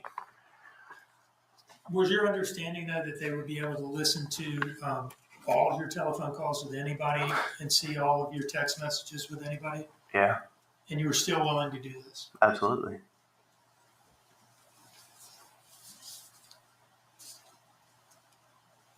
Now, we just watched these videos from the hotel, and the timestamp and date stamp shows that those were on October 8th, right? Yes, sir. And we've talked about the consent form for monitoring your phone, and that was the first one. The baby was Signed reported October missing 9th. October 5th. Yes, sir. Where were you when you signed the second one? So 3 days later. My mother's house in North Carolina. When did you go to your mother's house in North Carolina? I think I signed this first paper, and I think I left Georgia that day. If I'm not mistaken. He got the hell up out of there. Actually, no, I didn't leave Georgia. I left Savannah. I went to Atlanta for a weekend And why did you go to Atlanta? to get away from Savannah And after Atlanta, where did you go? to Dunn, North Carolina. To your mother's house? Yes, sir. And He was was that, done.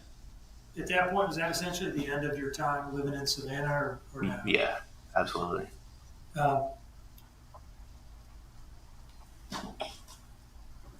Let me ask you She looks so a petulant. couple miscellaneous questions. Let me ask you this. Did things between you and the defendant kind of fall apart during this investigation? Duh. There was already nothing there.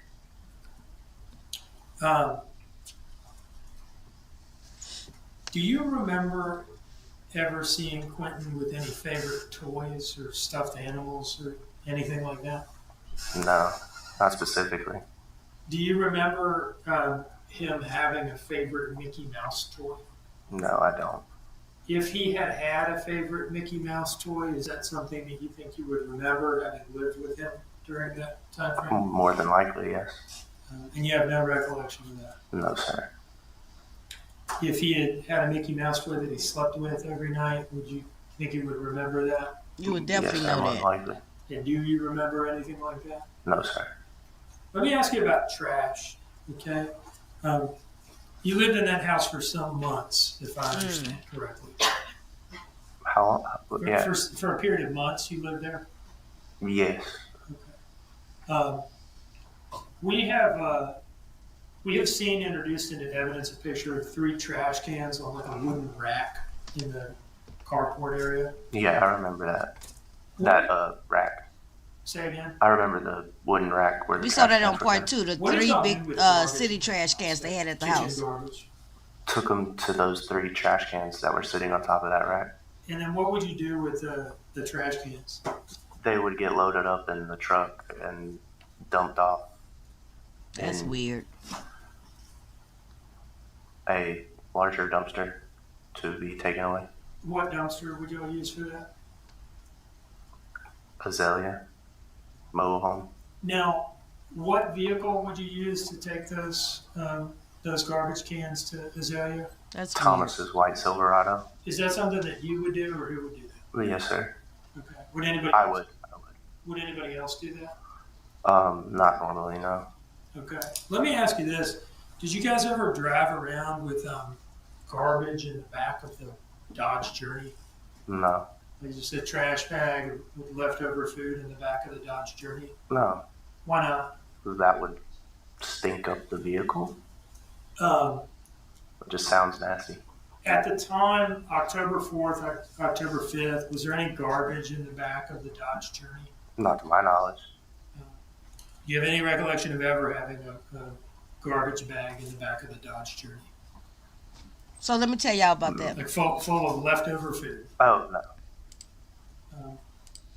Okay, so the significance about the attorney is asking right here is that LEILANI, once she got caught in a couple of lies, when she finally said she left out the house, of course she said she went to go get the ordeal. Just lies after lies after lies.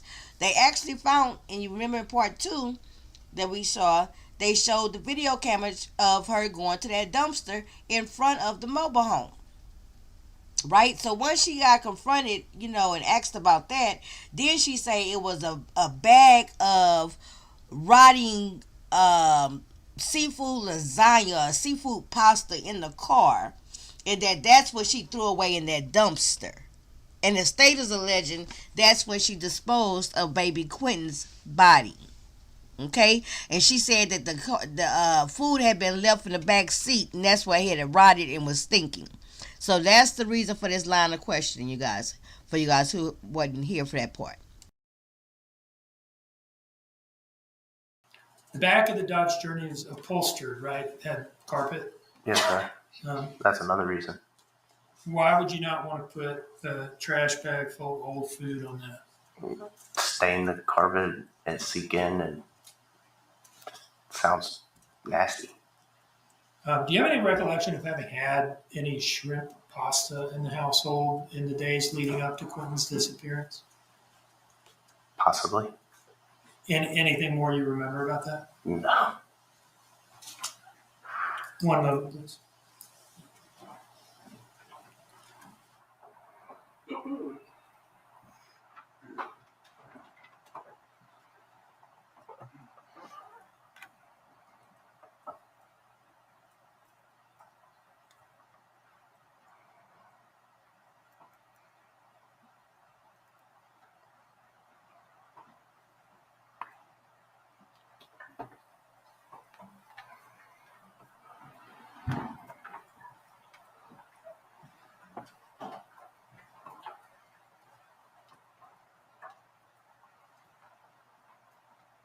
No further questions, Thank you. And there you have it, Counsel folks. to approach. Okay. So that concludes the state's examination of the first real character witness, the first witness that's actually involved in this situation, the boyfriend. Okay, he's not the father of baby Quentin, but he is the father of one of the children, the youngest one. And as we hear, he gives a lot of information as far as how he describes LEILANI's, the defendant's, her character. From what I heard, it seemed like she was kind of very lazy, that she wasn't responsible for the kids, looking like Amber Heard dueling. They stay dueling and writing questions and have so much to do with the legal team, right? And we got to see we got to see the body cam footage of when the cops first got there. And yes, she was sitting, I guess at some point in time, you have to calm down, right? I guess, I mean, you can't always be emotionally driven and just like totally crazy and on the floor passed out when the cops come because you can't take it because your kids. That's kind of like, you got to calm down in the face of any type of tragedy, right? To take care of business. But at the same time, her emotional reactions were so weird from what I've just seen, right? Like, extra calm, seemingly extra calm at the house when it very first happened, but then like over excited in the hotel room, over passionate, over trying to be convincing, right? And it's real telling. I think it's real telling that we see how quickly her boyfriend turned against her and didn't trust her his own self. The baby was reported missing on the 5th. He was working with the FBI by the 8th. And then he was the hell up out of Dodge. Right? And so if you guys remember how the prosecution is, the cross-examination is going to be very interesting. It's going to be interesting to see how they try to paint the picture and how they try to discredit this witness testimony. And we'll see that tomorrow, you guys, right? So, that's going to be the end for tonight. I thank you guys for joining me here with Trial Watch with Demetra and being a part of the LEILANI jury box. I'll try to come on just a little bit earlier for 6 p.m. Central Standard Time. That's really the time I'm shooting for, you guys. We're going to try to do that. I'm so tired. So, I'm going to end for tonight. Thank you guys for joining me and being a part